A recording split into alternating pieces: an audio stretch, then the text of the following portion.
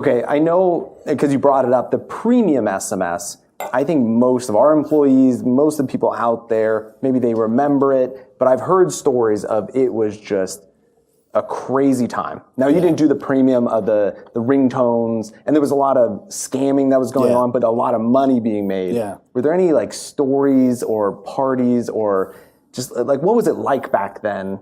What I remember most out of that era, there was a company based in Florida called Snackable. Okay. And Snackable had built a system to just get kids and anybody that wasn't paying attention to get a $10 bill on their phone every month. And I remember anticipating that they were going to destroy that billing mechanism. There was so much fraud and so much bad debt. And right around the time that I was thinking it couldn't last, a friend of mine who's a very successful private equity investor sent me a pitch deck. And he said, hey, we've got this company. We're thinking about making a significant investment. They've got these great growth metrics. You know, we think they're worth $120 million. We're going to buy 60% of it. And it was Snackable. Oh, really? And maybe I had the numbers wrong, but it was ridiculous numbers like that. I was like, they may be out of business in a week. Yeah. And that was the fall of 2013. And the carriers killed the business November 15th, 2013. So I looked like a hero for a while. That's what I remember. Yeah. It was a lot of really bad business here in the United States. Yeah. Yeah.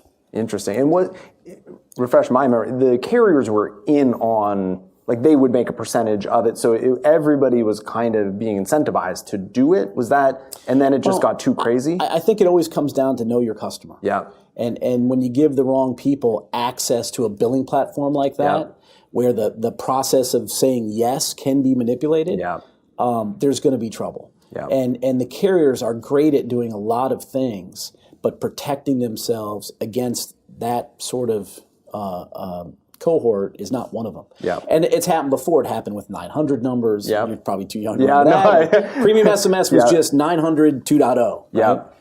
Yeah.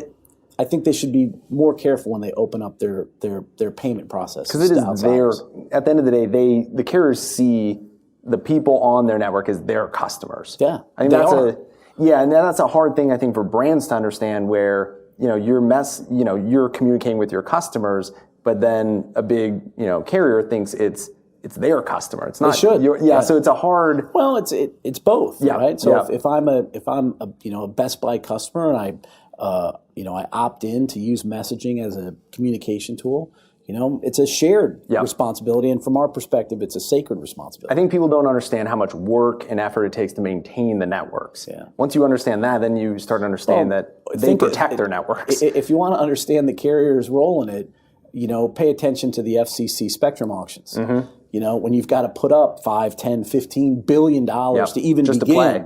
Then you've got to build a network. Then you've got to go out and acquire a subscriber in a very competitive environment. Deal with their phone calls. Yeah, God bless them. It's a tough business. Yep.